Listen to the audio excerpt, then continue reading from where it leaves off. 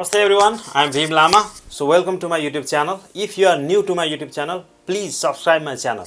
So today I am going to show you how to write Devanagari लिपि on whiteboard with marker. So thank you so much for being here. स्वागत छ यहाँहरुलाई मेरो च्यानलमा. So आज अब यहाँहरुले देखिहाल्नुभयो यहाँ बोर्डमा क देखि ग सम्म कसरी लेख्ने भन्ने कुरा छ. सो त्यो क देखि ग सम्म लेख्ने अब देवनागरी लिपिमा चाहिँ क देखि ग सम्म लेख्नु भन्दा अगाडि चाहिँ थोरै बेसिक कुराहरु चाहिँ के सिक्ने के कुरा लेख्नु जरुरी छ भन्ने कुरा चाहिँ म तपाईहरुलाई देखाउन गइरहेको छु है त. यहाँ हेर्नु होला.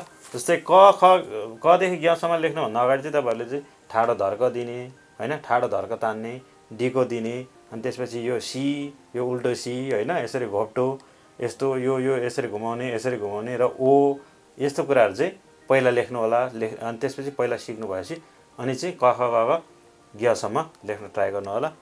सो यसै गरी चाहिँ अब घरमा तपाईहरुले पनि अब सिक्दै गर्नु होला. लकडाउनको समयमा चाहिँ अलिकति आफ्नो समयलाई चाहिँ ह्यान्डराइटिङ सिकेर अथवा कुनै पनि क्रिएटिभ कामलाई चाहिँ फोकस गर्नु होला र राम्रोसँग अब बस्नु होला. सुरक्षित रहनु होला, सेफ बस्नु होला. धन्यवाद.